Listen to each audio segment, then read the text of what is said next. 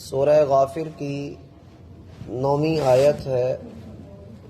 اللہ تعالی کا فرمان ہے وَقِهِمُ السَّيِّئَاتِ، اور آپ ان کو برائیوں سے بچا لیں۔ وَمَن تَقِ السَّيِّئَاتِ، اور جسے آپ برائیوں سے بچا لیں گے، یومئذ، اس دن، فقد رحمتہ، تو یقیناً آپ نے اس پر رحم کیا۔ وَذَلِكَ هُوَ، اور یہی ہے الفوز العظیم، بہت بڑی کامیابی۔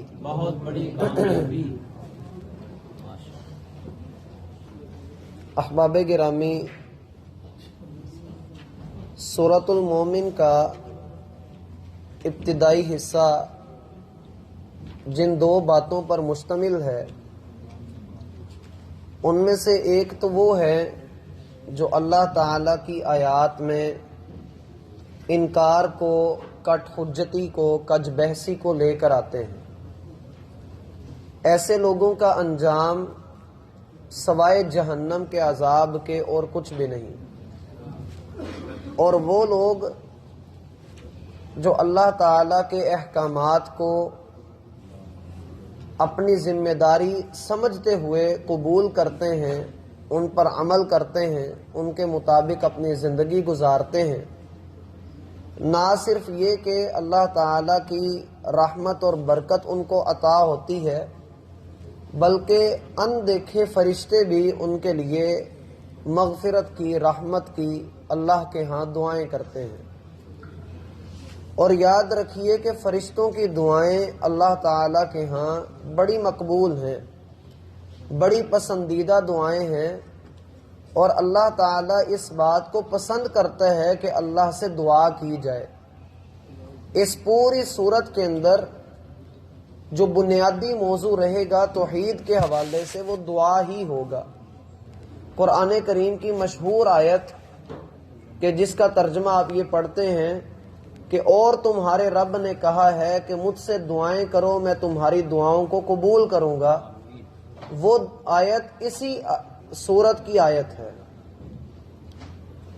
فرشتوں کی دعا کا ایک سلسلہ ہم پڑھ رہے ہیں، جس میں وہ اپنے رب سے دعا کرتے ہوئے کہتے ہیں کہ اے اللہ، اے ہمارے رب، تیری رحمت نے اور تیرے علم نے ہر چیز کو گھیر لیا ہے، لہٰذا تو ان لوگوں کو معاف فرما دے جنہوں نے توبہ کی ہے، تیرے رستے کی پیروی کی ہے، اور ان کو بھڑکتی ہوئی آگ کے عذاب سے بچا لے۔ اے اللہ، ان کو، ان کے والدین کو، ان کی بیویوں کو اور ان کی اولادوں کو جنت کے اندر داخل فرما جن کا تو نے ان کے ساتھ وعدہ کیا ہے۔ اے اللہ، تو ہی بڑا غالب ہے، بڑی حکمت والا ہے۔ اور ان کی دعا کا تیسرا حصہ آج ہمارے پیش نظر ہے۔ فرشتے اللہ سے تیسری دعا یہ کہتے ہیں وَقِهِمُ السَّيِّئَاتِ، اے اللہ ان کو سیئات سے بچا لے۔ اے اللہ ان کو سیئات سے بچا لے۔ سیئات کا لفظ 3 معنوں میں استعمال کیا جا سکتا ہے۔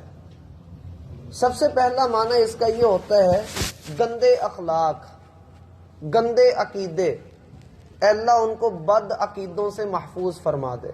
اے اللہ ان کو بد عقیدہ نہ بنانا، ان کو وہ عقیدے نہ دینا جن عقیدوں میں شرک کا شائبہ پایا جائے۔ اے اللہ وہ نظریات، وہ عقیدے ان کو دے جو تیرے توحید کے اوپر ہیں، ان کو برے عقائد سے، شرکیہ عقائد سے ان کو محفوظ فرما لے۔ اور السیئات کے اسی معنی کے اندر بعض اہل علم نے گندے اخلاق کو، بری عادات کو بھی شامل کیا ہے کہ اے اللہ وہ برے اخلاق والے نہ ہوں، وہ گندے اخلاق والے، گندی عادتوں والے نہ ہوں، بلکہ پاکیزہ لوگ ہوں۔ السیئات کا دوسرا معنی جو اہل علم کے ہاں معروف ہے وہ ہے کہ انسان جب کوئی غلط کام کرتا ہے تو اس غلط کام کا وبال بھی ہوتا ہے، اس غلط کام کا عذاب بھی ملتا ہے، وہ دنیا میں مل جائے، وہ آخرت میں مل جائے۔ فرشتے اللہ تعالیٰ سے دعا کرتے ہیں کہ اے اللہ ان کو ان کے گناہوں کے وبال سے محفوظ فرما دے، کیونکہ انسان بشر ہے، اس سے کچھ نہ کچھ کمی کوتاہی ہو ہی جاتی ہے، غلطیاں اس کی زندگی کا حصہ ہیں، اور اس کے لیے اللہ تعالیٰ نے اس کو توبہ کا سبق دیا ہے۔ اگر اس سے غلطی کوتاہی ہو جاتی ہے، گناہ ہو جاتے ہیں، تو فرشتے اللہ تعالیٰ سے اس کے حق میں دعا کرتے ہیں کہ اللہ تیرا بندہ ہے، گناہ اس نے کر لیا ہے، لیکن اے اللہ اس کو معاف کر دینا، اس کو وہ وبال اور عذاب نہ دینا جو گناہ کا وبال ہے۔ تیسرا معنی جو السیئات کا ہے وہ ہے مصیبتیں، آزمائشیں، اور بالخصوص کل قیامت والے دن کی مصیبتیں، قیامت والے دن کی ہولناکیاں، سختیاں۔ فرشتے اللہ تعالیٰ سے کہتے ہیں کہ باقی ہی السیئات، اے اللہ ان کو قیامت والے دن کی سختیوں سے، ہولناکیوں سے، مصیبتوں سے، جہنم کے عذاب سے ان کو محفوظ فرما دے۔ بعض اہل علم کا یہ کہنا ہے کہ السیئات کے جو 3 معنی ہیں ان میں ایک معنی یہ ہے جس کا تعلق بندے کی سوچ کے ساتھ ہے، یعنی عقیدہ، جو چیز بندے کے ذہن میں راسخ ہو گئی ہے، ایسے اقوال جو گندے ہوں، اللہ تعالیٰ سے فرشتوں نے دعا کی کہ ایمان والوں کو اس گندے عقیدے سے محفوظ فرما دے۔ اور دوسرا ہے کہ بندے کے وہ قول، بندے کی باتیں جو اس کی زبان سے تعلق رکھتی ہیں، یعنی اپنی زبان سے جھوٹ، غیبت اور دیگر گناہ جو وہ کرتا ہے، اللہ اس بندے کو ان سے محفوظ فرما دے۔ اور تیسرا معنی یہ ہے کہ اے اللہ ان گناہوں کا جو وبال ہے اس سے محفوظ فرما دے۔ گویا کہ اس کے کل 6 معنی ہو جاتے ہیں، السیئات کے کل 6 معنی ہو جاتے ہیں۔ سب سے پہلا یہ کہ انسان گندے عقیدے سے بچ جائے، گندے اخلاق سے بچ جائے، دوسرا گناہوں کے وبال سے بچ جائے، اور تیسرا قیامت والے دن کی ہولناکی سے اور مصیبتوں سے بچ جائے۔ 3 یہ ہیں، اور 3 یہ ہیں کہ انسان کی غلط سوچ، اس غلط سوچ پر غلط الفاظ، اور غلط الفاظ کے ساتھ غلط اعمال کا وبال، یہ 3 چیزیں الگ سے ہیں۔